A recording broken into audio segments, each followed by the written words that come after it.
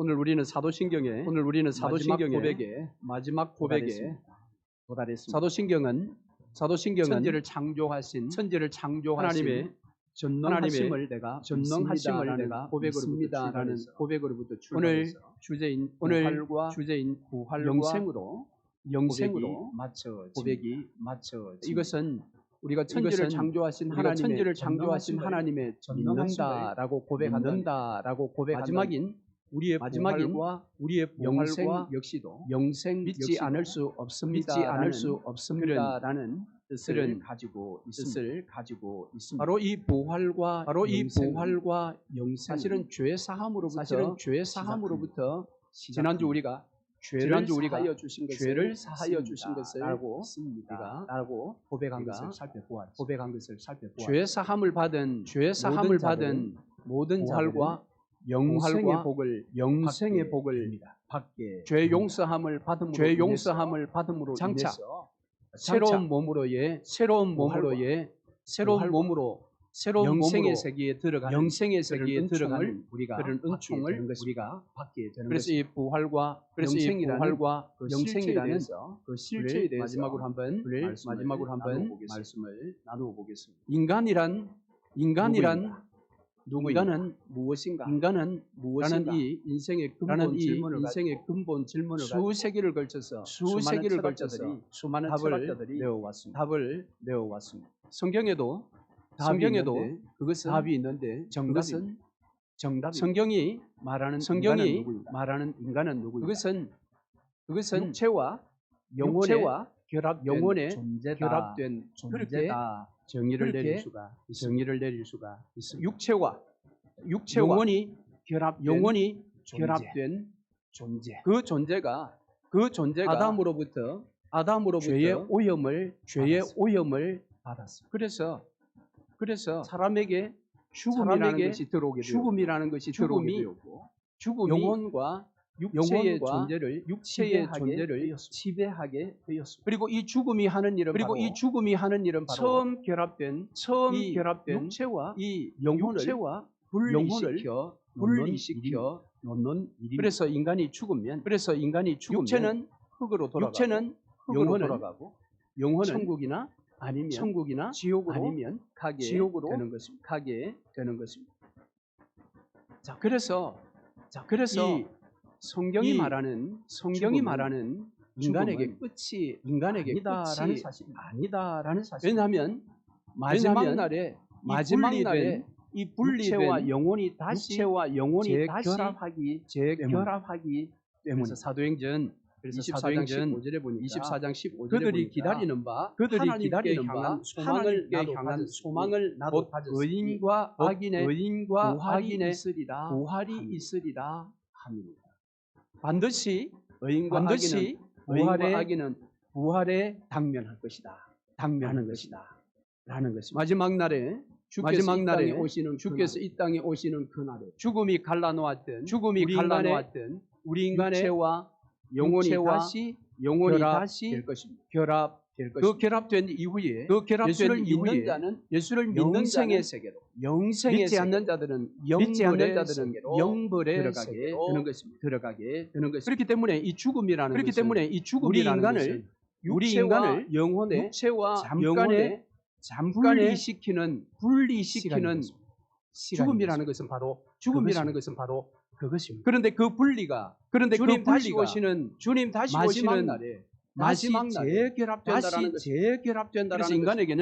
그래서 인간에게는 죽음이 끝이 아닙니다. 여러분 이것을 우리가 믿어야 합니다. 세상 사람들은 죽으면 끝이라고 말합니다. 성경은 죽음이 끝이 아니라는 것입니다.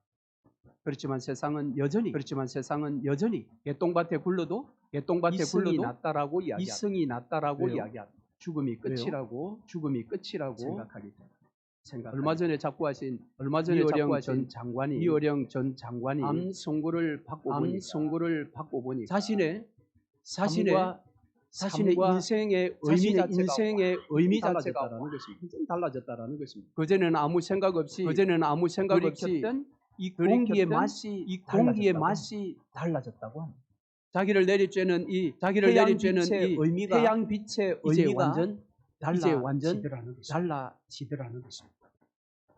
만일 죽음 너머에 무언가가 있다고 내가 믿는다면 과연 지금처럼 죽음 선고를 받은 이후에 나의 삶의 의미가 달라진 것처럼 과연 달라질 수 있을까? 내 삶이 이처럼 절실해질까? 그는 고백합니다. 내 인생의 끝이 죽음이라고 생각합니다. 죽음 선고를 받고 나서 내 삶의 더 시간들이 절실해. 그는 그렇게 진솔하게 고백했습니다. 그것은 어떻게 보면 부정적인 죽음이 가져다 주는 좋은 효과라고 볼 수가 있습니다. 그렇다고 해서 죽음 너머에 새로 무엇인가 있다고 믿는 자들에게 그런 삶이 절실하지 않는가? 그렇지 않습니다. 우리도 절실해야 합니다. 우리는 더 절실해야 합니다.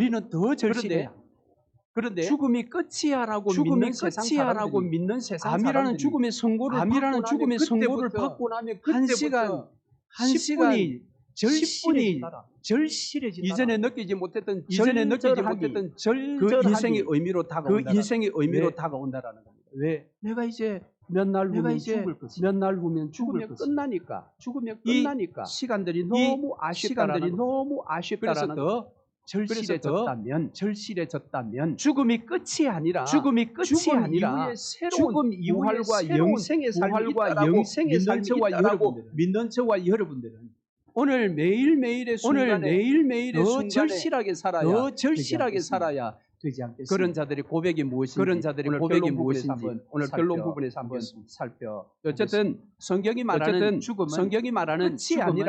끝이 아니라 우리 이 연약한 몸이 부활을 기다리는 기간입니다. 완벽하고 새로운 몸의 부활, 신학적으로 말하면 구속이라고 말하죠.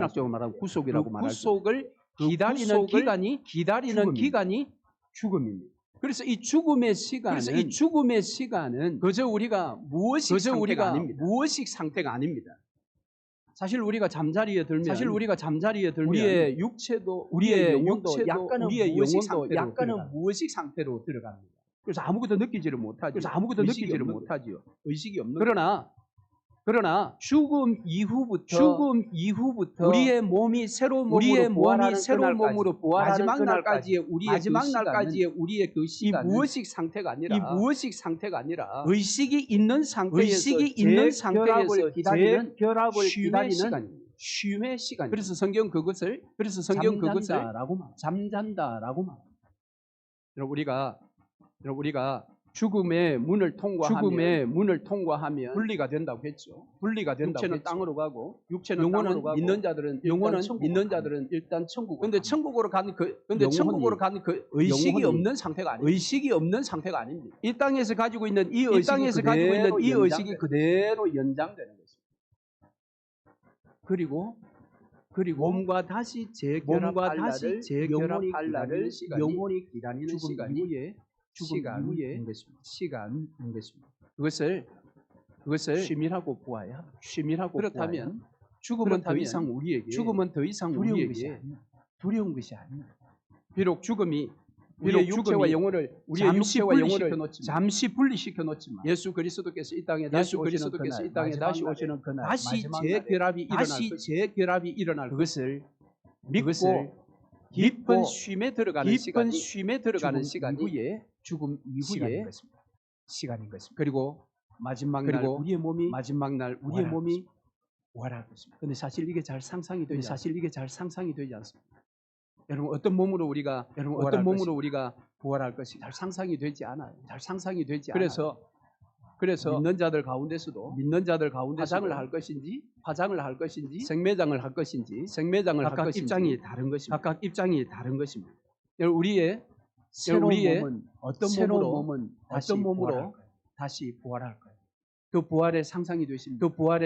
에스겔서에 나오는 골짜기의 마른 뼈들이 생기로 말미암아 되살이 입히지고 살이 입히지고 힘줄이 생기면서 하나님의 생기면서 큰 군대가 하나님의 되었던 것을 큰 우리가 군대가 되었던 것을 듣고 우리가 있습니다마는, 듣고 있습니다만 참 상상하기가 그러나 분명한 분명한 것은 것은 우리의 부활은 우리의 육체적인 부활은 부활이다라는 것입니다. 부활이다라는 것입니다. 하이델베르그 요리문답 57문에 이런 몸이 다시 살아날 몸이 것은 다시 살아날 당신에게 것은 어떤 당신에게 어떤 위로를 줍니까? 그에 대한 답은 생애가 끝나면 생애가 나의 영혼만이 끝나면 홀로 나의 영혼만이 즉시 홀로 영혼의 즉시 머리이신 영혼의 그리스도에게 머리이신 그리스도에게 돌아갈 나의 뿐만 아니라 육신도 나의 육신도 그리스도의 능력을 통하여 다시 나의 영혼과 다시 함께 나의 연합하고 영혼과 함께 그리스도의 연합하고 영광스러운 영광스러운 몸과 같이 될 것입니다. 할렐루야. 할렐루야. 그러니까 하이델베르그 요리문답이 작성된 그 시기에도 사람이 부활한다고 할 때 육체의 육체의 부활은 잘 믿지 못했다라는 겁니다. 영혼만의 부활을 주장했기 하이델베르그 때문에 요리문답에서 하이델베르그 아니다라고 요리문답에서 말합니다. 아니다라고 말합니다. 우리에게 장차 일어날 그 우리에게 부활은 장차 영혼의 일어날 그 부활은 부활은 영혼의 육체의 부활도 함께 육체의 일어난다. 부활도 함께 왜? 일어난다. 그리스도께서 육체의 육체의 우리에게 부활을 보여주셨기 때문에 우리에게 보여주셨기 그래서 때문에 부활의 첫 열매가 되셨기 때문에 두 번째, 세 번째, 두 번째, 세 계속해서 번째 믿는 자들의 부활도 예수 그리스도의 육체의 부활과 일어나게 될 똑같이 것이다. 일어나게 될 것이다. 그럼에도 불구하고 사람들이 이것을 잘 믿지를 못합니다. 잘 믿지를 못합니다. 그래서 사도 바울이 고린도 교회 안에도 이것을 믿지 못하는 사람들에게 만일 부활이 없다면, 육체의 부활이 없다면, 아니면 부활이 거짓이라면, 그리스도인이 가장 불쌍한 사람. 그러면서 고린도 교회 성도들에게 육체의 부활에 대한 하나의 자연 이치를 가지고 설명을 해줍니다. 그 자연의 이치가 무엇인가 하면 씨앗입니다. 여러분, 씨앗이 땅 속에 떨어져서 죽어야 그 속에서 싹이 나고 싹이 나고 열매가 생기는 것입니다. 여러분, 씨앗이 죽었는데 어떻게 싹이 납니까? 어떻게 싹이 납니까? 어떻게 잎이 납니까? 어떻게 열매 맺습니까? 그런데 우리는 그걸 다 믿어요. 그러면 사도 바울이 말합니다. 우리의 육체가 땅 속에 묻혀 죽는다 할지라도 그것이 영원한 죽음이 아니라 마지막 씨앗에서 싹이 나고 잎이 나고 열매가 맺듯이 그날에 새로운 몸이 나오게 될 것이다. 라는 것이 그 새로운 몸 그것은 죽음을 삼키는 능력을 가지고 있다고. 그래서 고린도전서 15장 53절 이 썩을 것이 반드시 썩지 아니할 것을 입겠고 이 죽을 것이 죽지 아니함을 이 썩을 것이 썩지 아니함을 입고 이 죽을 것이 죽지 아니함을 사망을 삼키고 이기리라 라고 기록된 말씀이 이루어지리라. 할렐루야. 그날에 우리는 우리의 이 연약한 육체는 죽고 썩거나 썩지 아니하고 죽지 아니하는 새 육체를 얻을 것입니다. 할렐루야. 그래서 부활의 첫 열매 되신 부활하신 이후에 바로 성천하지 아니하시고 40일 동안 제자들을 만나 주시지 않으셨습니까? 그 목적은 내가 부활했다라는 것을 알려주는 목적이기도 당신의 합니다만 부활한 육체 새로운 몸을 그들에게 직접 보여주기 위함이었습니다. 도마에게 새로운 몸을 만져보라고 했잖아요. 그리고 그 새로운 몸은 먹을 수 있는 몸이었습니다. 제자들과 함께 갈릴리 바닷가에서 부활의 예수. 그러니까 우리의 새로운 몸은 반드시 육체를 입는 몸이 되는 그런 몸이 되는 그리고 육체를 입은 그 영혼과 결합되어 영생으로 나아가게 됩니다. 자, 이 부활에서 영생의 단계로 접어드는 것은 창조대로의 완벽한 회복. 그것은 복귀입니다. 그것은 복귀입니다. 하나님께서 처음에 우리 하나님께서 사람을 영혼과 육체의 결합된 존재로 만드셨어요. 그 사람은 영생의 존재였어요. 영생의 존재였어요. 죽을 수 없는 존재였어요. 그런데 사단의 공격으로 말미암아 죄가 죽을 수 없는 존재를 죽을 수밖에 없는 존재로 만들어 버렸어요. 죄 때문이겠어요. 그런데 죽을 수 없는 존재로 만드신 하나님의 사랑 이것을 가만히 방치할 수 그래서 없었습니다. 다시 창조 때와 같이 죽을 수 없는 완벽한 영생의 존재로 복귀시키시려고 계획하셨어요. 그것이 메시아를 약속하신 하나님의 계획입니다. 만세전의 메시아를 하나님께서 인간의 역사 속에는 창세기 3장 10절 여자의 후손을 약속으로 주시고 이제 그 아들 예수의 십자가를 믿는 자들은 죄 오염으로부터 사함을 처음 창조된 원 상태의 영생에 복귀하게 될 바로 것입니다. 저와 여러분 아니겠습니까? 그렇다면 여러분 영생은 무엇일까요? 원래 창조로의 복귀 그것을 우리에게 알려주는 이 영생이란 무엇인가? 이 영생은 한자기 때문에 영원히 사는 한글로 풀면 이렇게 영원히 사는 쉽게 것, 번역할 이렇게 수 있지요. 쉽게 번역할 수 있지. 영생은 뭐냐? 영생은 뭐냐? 보통 이 우리는 땅에 살다가 죽고 난 다음에 예수님께서 이 땅에 다시 오시는 마지막 날이 되면 우리가 부활해서 그때부터 예수님과 함께 영원히 사는 영생이라고 그것이 영생이라고 우리가 물론 그 말도 맞습니다. 그러나 영생의 실상은 장차 시간적으로 죽음과 또 죽음의 쉼의 시간을 거쳐서 주님이 땅에 오시는 마지막 날이 되어서 부활이 일어나고 그때로 부활이 일어나고 영생의 시간이 시작되는 것이 이 영생의 시간은 예수 그리스도를 믿는 그래서 순간 죄 사함을 받았던 그 순간부터 시작되는 시간이 영생의 시작입니다.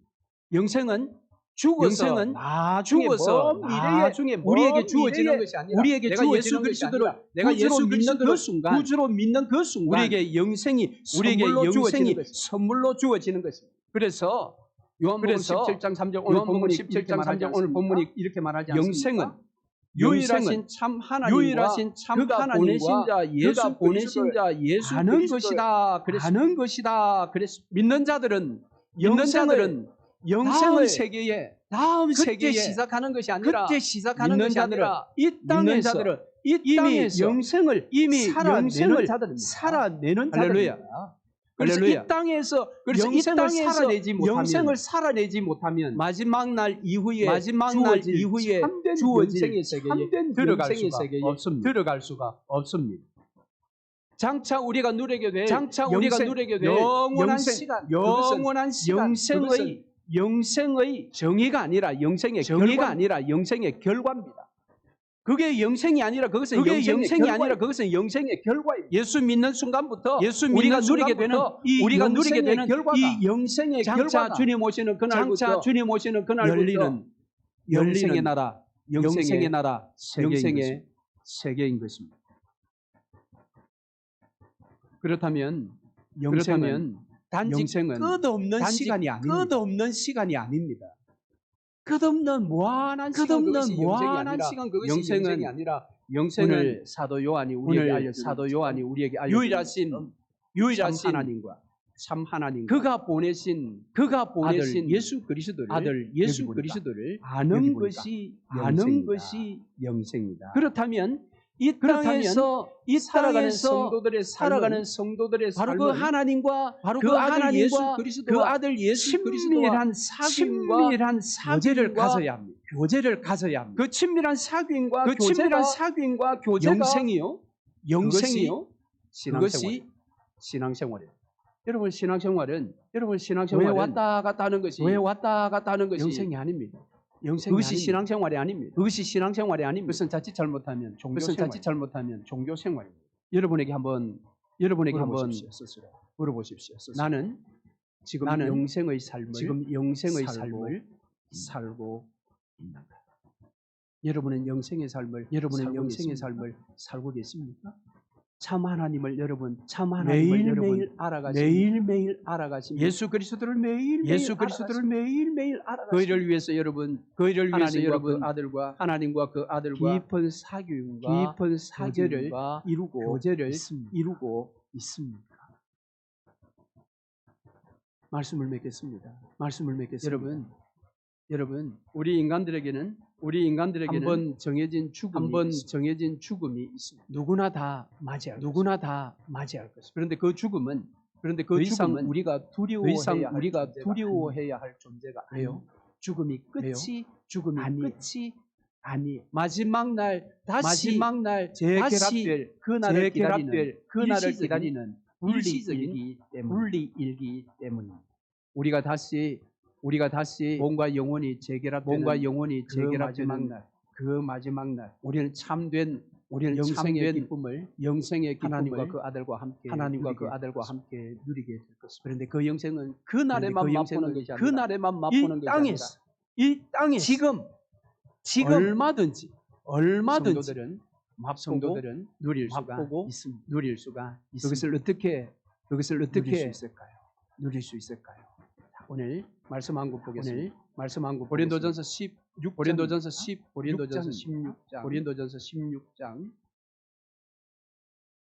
고린도전서 16장 13절 같이 한번 읽겠습니다. 믿음에 굳게 서서 남자답게 너희 모든 일을 사랑으로 여기 사도 바울이 고린도 교회의 부활의 문제를 결론적으로 해결해 주면서 다섯 가지 동사로 표현되어 있습니다. 믿음에 굳게 서라. 남자다워라. 모든 일을 사랑 가운데 행하라. 이 말은 바울의 가르침의 핵심이라고 무엇입니까? 참 하나님과 그가 보내신 아들 예수 그리스도를 알아가는 것이 영생을 누리는 책상 앞에서 성경을 붙들고 성경을 공부하는 영생을 알아가는 길이 아니라 그것과 더불어 그의 아들이 피값으로 사신 교회 그의 몸된 교회 안에 들어와서 성도들과 함께 복음의 교제를 나누는 이 교제를 통해서 하나님을 예수 그리스도를 알아가는 것이 진정한 영생의 삶입니다. 그러니까 그 영생을 온몸으로 누리는 것입니다. 그런 자만이 바로 그날을 소망하는 고백을 할 수 22절입니다. 22절 하반절.